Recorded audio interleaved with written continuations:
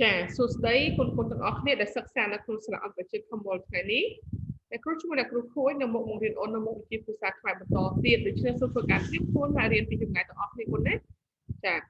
ចាមុននឹងយើងចាប់ផ្ដើមបន្តមេរៀនអ្នកគ្រូនៅតែបន្តរំលឹកការធ្វើអនាម័យសូមរក្សាខ្លួនឲ្យបានស្អាតទាក់ទងជាមួយនឹងលាងដៃ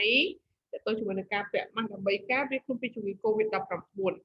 ហើយមួយវិញទៀតអ្នកទាំងអស់គ្នាត្រូវធ្វើការត្រៀមខ្លួនជាមួយនឹងសៀវភៅពុម្ពរបស់យើងដែលបោះពុម្ពនៅក្រសួងអប់រំយុវជននិងកីឡាហើយនៅសម្ភារៈមួយចំនួនទៀតដែលអូនយល់ឃើញថាវាបានជួយអូនបន្ថែមចា៎ឥឡូវនេះយើងនឹងរំលឹកមេរៀនថាតើមេរៀនមុនយើងបានសិក្សាអំពីអ្វីគុណណាចាមេរៀនមុនយើងនិយាយអំពីវេយ្យាករណ៍របស់យើងគឺគុណនាមសំណួរតើគុណនាមសំណួរគឺជាអ្វីណាចាគុណនាមសំណួរគឺជាពាក្យសម្រាប់សួរហើយករណីនិយាយពីគុណនាមសំណួរគឺជាគុណនាមដែលស្ថិតនៅខាងស្ដាំរបស់នាមហើយវាបញ្ជាក់លក្ខណៈឲ្យកាន់តែច្បាស់របស់នាមដូច្នេះនៅកន្លែងនេះគឺបញ្ជាក់ឬក៏ធ្វើបង្កើតសំណួរនោះឲ្យដើម្បីសួររកអ្វីមួយចាអរគុណច្រើនឥឡូវនេះយើងនឹងចាប់ផ្ដើមធ្វើកំណែកិច្ចការផ្ទះទាំងអស់គ្នានៅចំណុចកចូលបង្កើតលំដាប់ដោយប្រើគុណនាមសំណួរសមស្របមួយតើអ្នកមានឈ្មោះអ្វីចាអញ្ចឹងពីអ្វីនេះឯងដែលយើងដឹងថាវាគឺជាគុណនាមសំណួរដែលបញ្ជាក់លក្ខណៈឲ្យនាមហើយវាស្ថិតនៅខាងស្ដាំរបស់នាមចាទី2តើអ្នកមានបងប្អូនប៉ុន្មាននាក់ហើយស្រីប៉ុន្មានចាទី3តើឪពុកម្ដាយអ្នកប្រកបមុខរបរអ្វីខ្លះទី4តើអ្នកធ្លាប់ទៅទស្សនាខេត្តណាចាទី5តើខេត្តណាខ្លះសម្បូរប្រាសាទបុរាណជាងគេចាសំណួរខចូលបង្កើតរបស់ដែលប្រើគុណនាមសំណួរខាងក្រោមអ្នកណាអ្វីប៉ុន្មានណាអ្វីខ្លះណាខ្លះចាទី1អ្នកណាតើអ្នកណាជាអ្នកបំផ្លាញសម្បត្តិធម្មជាតិចាទី2អ្វីតើឯងកំពុងតែធ្វើការងារអ្វីទី3ប៉ុន្មានតើបិចនេះតម្លៃប៉ុន្មានទី4ណាតើអ្នកមកពីខេត្តណាទី5អ្វីខ្លះតើអ្នកនៅរមណីយដ្ឋានភ្នំតាម៉ៅមានអ្វីខ្លះចាអរគុណទី6ណាខ្លះតើខេត្តណាខ្លះសម្បូរព្រៃឈើជាងគេចាអរគុណច្រើនចានេះគឺជាការបង្កើតល្បះដូច្នេះអ្នកទាំងអស់គ្នាសង្ឃឹមថាអូននឹងយល់អំពីគុណនាមសំណួរបានច្បាស់លាស់បើសិនជាអូននៅតែអត់ច្បាស់ទេអូនទាំងអស់គ្នាអាចផ្ញើសារឬក៏តាក់ទងមកគ្រូផ្ទាល់បានណាចាអរគុណច្រើនឥឡូវនេះយើងនឹងមករូបភាពជាមួយគ្នាចារូបភាពនេះសុទ្ធតែជាសកម្មភាពរបស់កុមារដែលកុមាររបស់យើងនៅក្នុងប្រទេសកម្ពុជាត្រូវបានទទួលសិទ្ធិ4យ៉ាងចាតែកុមារមិនអនុញ្ញាតឲ្យធ្វើការងារទេពីព្រោះកុមារជានៅវ័យនោះគឺជាវ័យដែលត្រូវតែទទួលបានការការពារការអប់រំ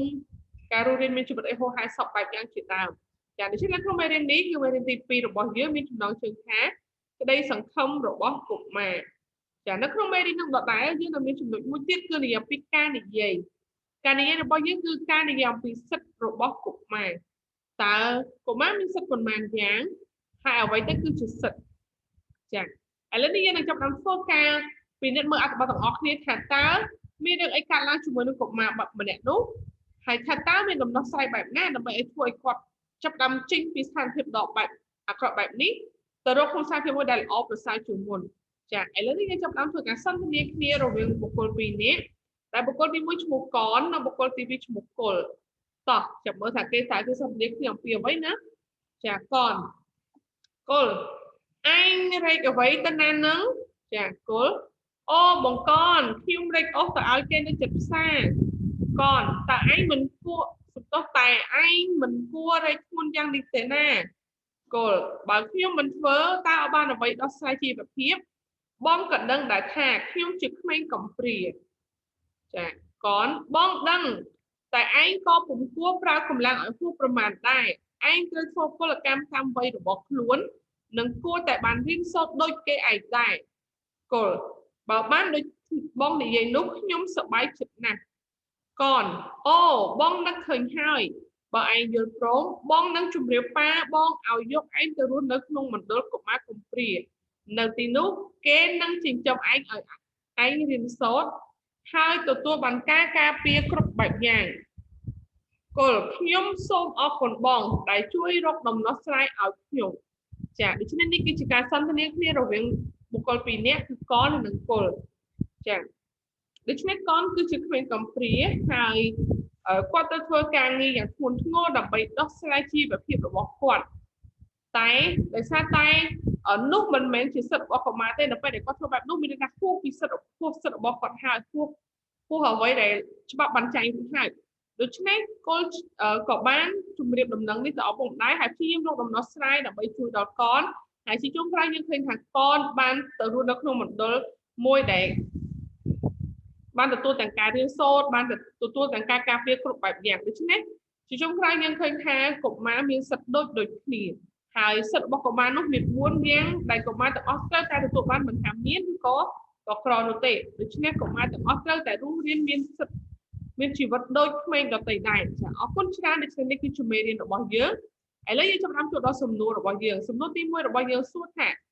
ដូចម្ដេចដែលហៅថាសិទ្ធិតើសិទ្ធិគឺជាអ្វីណាចាទី2តើកុមារមានសិទ្ធិប៉ុន្មានយ៉ាងអ្វីខ្លះ